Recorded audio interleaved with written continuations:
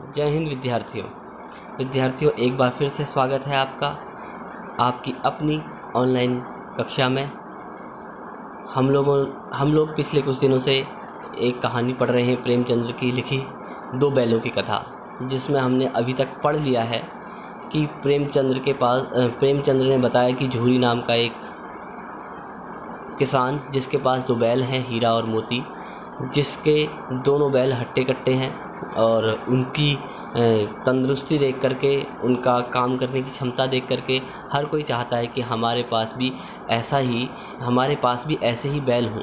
तो ये चीज़ हर किसी की इच्छा है, हर कोई ये चीज़ चाहता है, लेकिन किसी के पास ऐसे बैल है नहीं। वो दोनों बैल आपस में, उन दोनों बैलों की सामंजस्य इतना अच्छा है, दोनों का बोलने का, एक दूसरे की मूक भाषा में दोनों बात करते हैं और दोनों ही मूक भाषा में समझ जाते हैं। मूक यानी कि खामोशी, चुपचाप इशारों में ही वो एक दूसरे की बात को समझ जाते हैं और दोनों का साथ बहुत ज़बरदस्त चल रहा है। झूरी का साला एक बार अपने घर उनको लेकर के जाता है, जहाँ से बैल रस्सी तोड़ करके वापस झूरी के पास पहुँच जाते हैं। दोबारा झूरी का साला उन्हें फिर से उनको अपने घर ले जाता है और इस बार उनके साथ बहुत गंदा व्यवहार करता है, जिसको हमने इस कहानी में हमने पढ़ा था कि किस तरीके का वो व्यवहार करता है। और उसके बाद उनके साथ खाना भी उनको सही खाना नहीं देता और व्यवहार भी बेकार करता है। उसके बाद धीरे धीरे ये कहानी आगे बढ़ती है, जहाँ पर एक बच्ची उनको भोजन देने के लिए, समय समय पर रोटी देने के लिए आती है। तो विद्यार्थियों, अब हम इस कहानी को इसके आगे पढ़ते हैं। जब वो वहाँ से भाग करके किसी एक मटर के खेत में घुस जाते हैं और वहाँ घुस करके वो मटर का बहुत नुकसान करते हैं और ताज़ी मटरों को खाते हैं। उसके बाद क्या होता है, जो हमने अब आगे पढ़ना है। तो अब इस कहानी का भाग 3 है, उसमें हम जानेंगे कि किस तरीके से झूरी और झूरी के दो बैल आपस में सामंजस्य बिठा करके कैसे इस कहानी को आगे बढ़ा रहे हैं। अब जो हमने पढ़ना है इसमें दोनों के बीच में अच्छी खासी बात होती है और वो जब खेत से बाहर निकलते हैं तो उनकी नज़र पड़ती है कि एक सांड जो उनकी तरफ बहुत तेज़ी से दौड़ा हुआ चला आ रहा है। सांड नहीं, वो पूरा का पूरा हाथी के समान है, ऐसा उन्हें देख करके लगता है। वो दोनों उसको देख करके उनके बीच में जो वार्तालाप होती है, उसको यहाँ पर प्रेमचंद्र जी ने दर्शाया है। वो अपनी मूक भाषा में बोलते हैं कि आज यार बहुत बुरे फंसे, अब जान बचेगी, इसका कोई उपाय सोचना है, क्योंकि वो जो भयंकर सांड है वो वास्तव में बहुत बड़ा भयंकर है। तो उससे उनकी जान बच भी सकती है या नहीं भी। तो इसलिए दोनों बड़े चिंतित हैं। हीरा ने चिंतित स्वर में ये बात कही कि अपने घमंड में भुना हुआ है वो, और आज वो हम पर, क्योंकि वो बहुत बलशाली सांड था, तो आज उन बैलों पर आज वो बहुत तगड़ा कहर करने वाला था। तो दोनों के बीच में ये बात होती है। तो फिर यहीं मरे बंदा तो 9-2-11 होता है, ठीक है। तो वो उनकी तरफ देखते हैं और ये कहते हैं कि आज तो हम यहीं पर ही फंस गए हैं और आज हम बहुत बुरी तरह फंसे हैं, अब हम कुछ नहीं कर सकते। तो उनके बीच में यही वार्तालाप चल रही है। लेकिन दोनों लोग, जिसमें हीरा बहुत ही समझदार है और मोती बहुत ही ताकतवर है, तो दोनों की समझदारी और ताकतवर का बेजोड़ यहाँ पर नमूना है। और यहाँ पर वो एक उपाय सोचते हैं। तो दोनों जने अगर साथ मिल कर के उस पर चोट करेंगे और उसको मारेंगे तो बेशक हम लोग जीतेंगे, ऐसा उनके बीच में बात हो जाती है। तो होता क्या है कि वो कहता है कि मैं आगे से रेंगता हूँ, रगेद रगेदता हूँ और तुम पीछे से रगेदो, यानी कि मैं आगे से उस पर वार करूँगा और तुम पीछे से वार करोगे। दोहरी मार पड़ेगी तो भाग खड़ा होगा। मेरी ओर झपटे तो तुम बगल से उसके पेट में सींग घुसेड़ देना, और जान जोखिम में है पर दूसरा उपाय कोई नहीं है। तो ये कहते हैं कि ये उपाय तो बहुत ज़बरदस्त है, लेकिन ये पॉसिबल है या ये संभव है या नहीं, इसके बारे में कुछ कहा नहीं जा सकता, क्योंकि उनके बीच में जो समस्याएं हैं, ये आप समझ रहे होंगे कि दोनों बैलों के बीच में कितनी ज़बरदस्त दिक्कतें थी। तो दोनों मित्र जान को हथेली में लेकर के उस एक दूसरे उस हाथी समान सांड को मारने की कोशिश करने लगते हैं। और वो कहते हैं कि क्या इसका दूसरा कोई और उपाय है, तो कोई उपाय उनको नहीं मिलता। फिर दोनों मित्र जान हथेली में लेते हैं और उस साँड़ की ओर संगठित, यहाँ पर प्रेमचंद्र जी यही दर्शाना चाहते हैं कि अगर हम लोग इकट्ठा होंगे तो हमें जल्दी कामयाबी मिलेगी, और अगर हम किसी भी अगर हमने कोई भी समस्या का समाधान निकालना है, किसी भी चीज़ से लड़ना है, तो उसके लिए हमने एकजुट होना बहुत ज़रूरी है। एकता में शक्ति का बहुत बेजोड़ तरीका यहाँ पर प्रेमचंद्र जी ने दर्शाया है। आपने बचपन में एक कहानी ज़रूर सुनी होगी, जहाँ पर एक पिता अपने बीमार पिता अपने 4 बेटों को बुलाता है और सबसे एक-एक लकड़ी लाने को कहता है। उन लकड़ियों को वो आसानी से वो तोड़ देते हैं बच्चे, और जब उन ही लकड़ियों का एक गट्ठा बना करके उन चारों लकड़ियों को एक साथ जोड़ करके वो देता है, तो आपको पता होगा कि वो चारों कोशिश करने के बाद भी उसको नहीं तोड़ पाते। तो उस कहानी से जो सीख मिली, उसका ही एक छोटा-सा अंश यहाँ पर है। दोनों जब एक साथ मिलकर के उस शत्रु से मल्ल युद्ध करने के लिए तैयार रहते हैं, तो बेशक सी बात है कि वो आज इस मल्ल युद्ध में ज़रूर जीतेंगे, क्योंकि 2 जने एक साथ एकजुट हैं। तो मोती ने पीछे से उसको दौड़ाया और साँड़ ने उसी तरह उसको उसकी तरफ मुड़ा, तो हीरा ने उसको रेंगना शुरू कर दिया। साँड़ चाहता था कि एक-एक करके दोनों को गिरा ले, पर ये दोनों तो उस्ताद थे, उसे वह अवसर न देते थे, तो इन्होंने उसको अवसर ही नहीं दिया। एक बार साँड़ झल्ला कर हीरा का अंत कर देने के लिए चला कि मोती ने बगल से आकर पेट में सींग भोंक दी, और साँड़ क्रोध में आकर पीछे फिरा, तो हीरा ने दूसरे पहलू में सींग चुभा दिया। आखिर बेचारा जख्मी होकर भागा और दोनों मित्रों ने दूर तक उसका पीछा किया, यहाँ तक कि साँड़ बेदम होकर गिर पड़ा।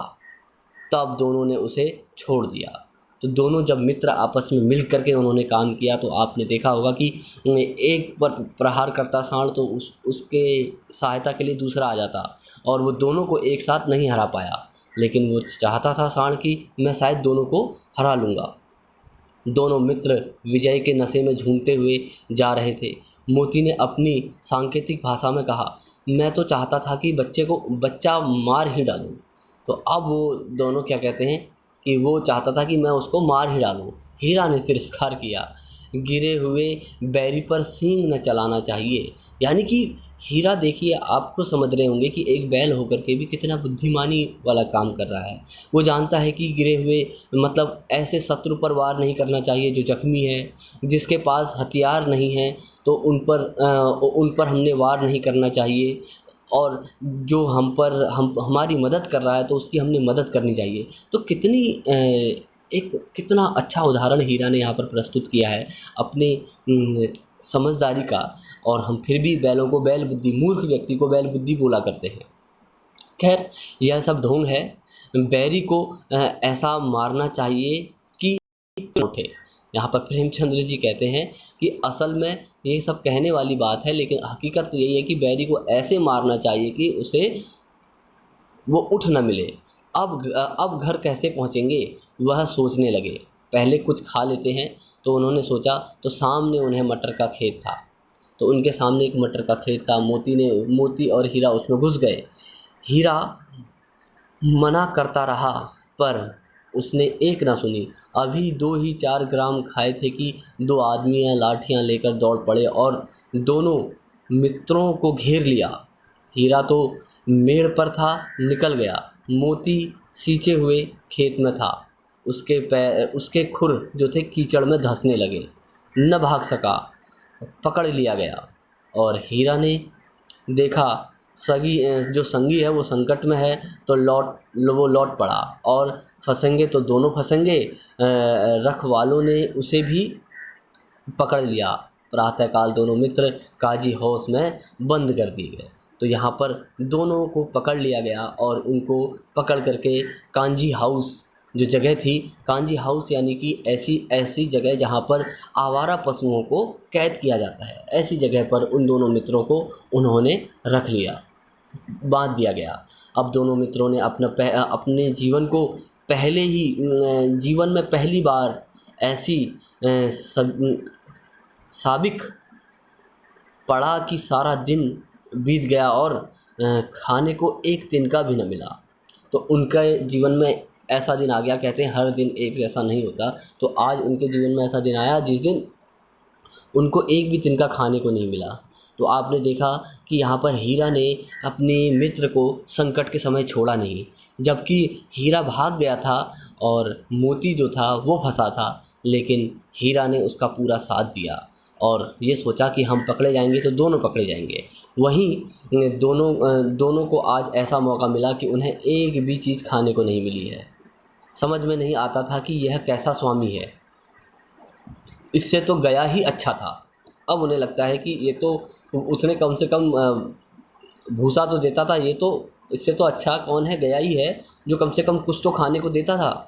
यहाँ पर कई भैंसें थी, कई बकरियाँ थी, कई घोड़े थे, कई गधे थे, पर किसी के सामने चारा न था। सब ज़मीन पर मुर्दों की तरह पड़े थे। कई गधे पर किसी के कई गधे तो इतने कमज़ोर हो गए थे कि खड़े भी ना हो सकते थे।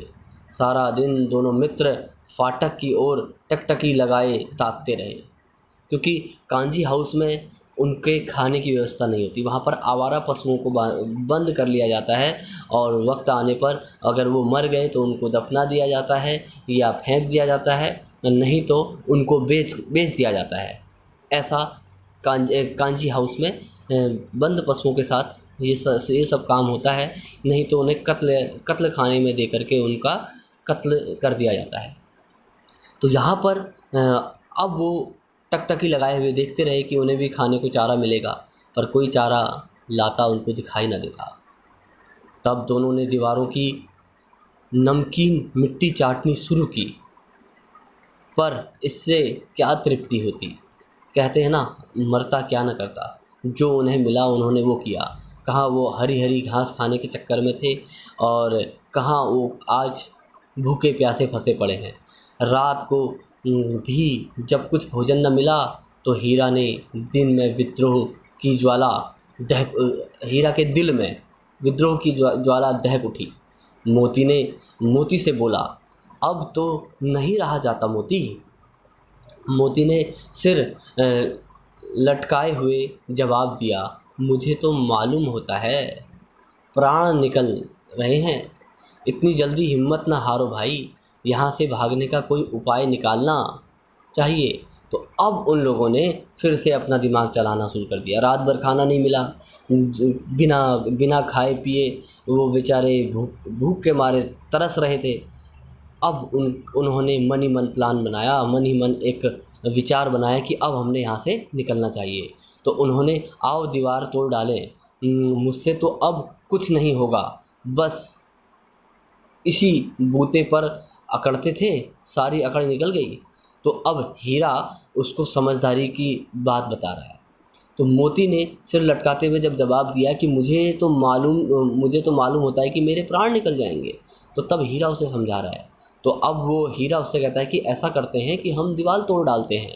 लेकिन मोती वो कहता है कि अब मेरे बस का कुछ नहीं है, अब मेरे बूते की ये बात नहीं है। तब हीरा कहता है कि क्यों, तुम तो बड़े अकड़ते थे, सारी अकड़ आज निकल गई। बाड़े की दीवार कच्ची थी, हीरा मजबूत तो था ही, लेकिन नुकीले सींग दीवार पर गड़ा दिए तो जोर मारा तो मिट्टी का एक चिप्पड़ निकल आया। ठीक है, हीरा क्या था, मजबूत तो था ही, और उसके जो सींग थे वो भी ज़बरदस्त थे, बहुत नुकीले सींग थे। तो उसने जब एक बार सींग से मारा ऐसे घुमा करके, तो हुआ क्या कि उसकी जो सींग थी बिल्कुल कतई जा करके चुभी दीवार में, और दीवार का एक हिस्सा बाहर निकल आया। फिर होना क्या था साहब, इसने दौड़ दौड़ कर दीवार पर चोट की और हर चोट में थोड़ी थोड़ी मिट्टी गिरने लगी। तो इस तरीके से उन्होंने वहाँ पर काम करना शुरू किया। उसी समय कांजी हाउस पर चौकीदार लालटेन लेकर जानवरों की हाजिरी लेने आ निकला कि सारे जानवर यहाँ हैं नहीं हैं, कौन कौन जानवर हमने बांधे थे, कितने हैं यहाँ पर। तो उनकी हाजिरी लेने के लिए कांजी हाउस पर वो पहुँच गया।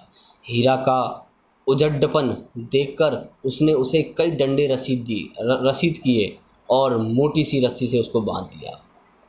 मोती अब हीरा, जो आज अपनी ताकत दिखाने के मूड में था, आज उसको अच्छी तरह पकड़ लिया गया है। अब वो क्या करे? मोती ने पड़े पड़े कहा, आखिर मार खाई क्या मिला? अपने बूते भर जोर तो मार दिया, ऐसा जोर मारना किस काम का? तो हीरा कहता है कि मेरे पास जितना जोर था मैंने उतना जोर तो दिखाया ही, चलो मार ही क्यों ना खाई हो। तो मोती कहता है कि ऐसा जोर मारने का क्या काम, क्या फ़ायदा जिसमें उनको बंधना पड़ गया। तो हीरा कहता है कि जोर तो मारता ही जाऊंगा, चाहे कितना ही बंधन क्यों ना पड़ जाए, तब जान से हाथ धोना पड़ेगा, ऐसा मोती कहता है। तो हीरा कहता है कोई परवाह नहीं, कुछ परवाह नहीं, यों भी तो मरना ही है। सोचो दीवार खुद जाती तो कितनी जानें बच जाती। इतने भाई यहाँ बंद हैं, किसी की देह में जान नहीं है। 2-4 दिन और यही हाल रहा तो मर जाएंगे। तो हाँ, अब मोती को ये बात समझ में आई। तो मोती कहता है कि हाँ, ये बात तो सही है। अच्छा, तो ला, फिर मैं भी जोर लगाता हूँ। मोती ने भी दीवारों में उसी जगह सींग मारा। थोड़ी देर थोड़ी सी मिट्टी गिरी और फिर हिम्मत बढ़ी। फिर तो वह दीवारों में सींगें लगाकर इस तरह जोर लगाने लगा मानो किसी प्रतिद्वंदी से लड़ रहा हो। क्योंकि मोती थोड़ा लड़ाकू किस्म का था, तो मोती ने क्या किया, अपनी सींगों से उस दीवार को गिराना शुरू कर दिया। आखिर में 2 घंटे जोर आजमाइश के बाद दीवारें ऊपर ऊपर से लगभग 1 हाथ गिर गई। उसने दूनी शक्ति से दूसरा धक्का मारा तो आधी दीवार गिर पड़ी। दीवार का गिरना था कि अधमरे से पड़े हुए सभी जानवर चेत उठे। तीनों घोड़ियाँ सरपट भाग निकली, फिर बकरियां निकली, उसके बाद भैंस भी खिसक गई। पर गधे अभी तक ज्यों के त्यों खड़े थे। बेचारे गधे, जब तक उन्हें कोई आदेश ना दे वो कुछ करते ही कहाँ हैं। हीरा ने पूछा, तुम दोनों क्यों नहीं भाग जाते? तो एक गधे ने कहा, जो कहीं फिर पकड़ लिए जाएं तो क्या हर्ज है, अभी तो भागने का अवसर है। हमें तो डर लगता है, हम यहीं पड़े रहेंगे। तो हीरा ने उनको समझाना चाहा, लेकिन वो गधे नहीं समझे। आधी रात से ऊपर जा चुकी थी। दोनों गधे अभी वहीं पर ही खड़े सोच रहे थे कि भागो या ना भागें। और मोती ने अपने मित्र की रस्सी तोड़ने में लगा हुआ था। मित्र की रस्सी तोड़ने में कौन लगा हुआ था? मोती अपने मित्र की रस्सी तोड़ने में लगा हुआ था। जब वह हार गया तो हीरा ने कहा, तुम जाओ, मुझे यहीं पड़ा रहने दो, शायद कहीं भेंट हो जाए। तो ये बात सुनते ही मोती बेशक ताकतवर था, लेकिन बहुत भावुक भी था। वो अपने दोस्त के लिए, जैसे हीरा अपने दोस्त के लिए पकड़ा गया, तो मोती भी कम नहीं था। मोती के आंखों में आंसू लाकर मोती ने अपनी आंखों में आंसू लाया और कहा कि तुम मुझे इतना स्वार्थी समझते हो हीरा? हम और तुम इतने दिनों से एक साथ रह रहे हैं और आज तुम विपत्ति में पड़ गए तो मैं तुम्हें छोड़कर अलग हो जाऊंगा? तो ये बात मोती कहता है। तो हीरा ने कहा, बहुत मार पड़ेगी, लोग समझ जाएंगे, यह तुम्हारी शरारत है। मोती गर्व से बोला, जिस अपराध के लिए तुम्हारे गले में बंधन पड़ा, उसके लिए अगर मुझ पर मार पड़े तो क्या चिंता। इतना तो हो ही गया कि 9-10 प्राणियों की जान बच गई, वे सब तो आशीर्वाद देंगे। यह कहते हुए मोती ने दोनों गधों को सींग मारकर बाड़े से बाहर निकाला और तब अपने बंधु के पास आकर सो रहा। भोर होते ही मुंशी और चौकीदार तथा अन्य कर्मचारियों में कैसी खलबली मची, इसके लिखने की ज़रूरत नहीं। बस इतना ही काफ़ी है कि मोती की खूब मरम्मत हुई और उसे भी मोटी रस्सी से बांध दिया गया। बेचारा मोती, उसने बहुत प्रयास किया अपने मित्र को बचाने का, और अंततः हुआ क्या कि उस मोती को अपने दूसरे मित्र हीरा के खातिर वहीं पड़ा रहना पड़ा। पहले हीरा ने मार खाई, पहले हीरा पकड़ा गया मोती के खातिर, फिर हीरा ने मार खाई मोती को, और खुद को बचाने के खातिर, ख़ास तौर में मोती को, क्योंकि उसे भूख लगी हुई थी। और उसके बाद हुआ क्या, अंततः हीरा तो पकड़ा गया और बांधा गया। उसके बाद मोती को जब पकड़ा और बांधा गया तो मोती ने बहुत मार खाई।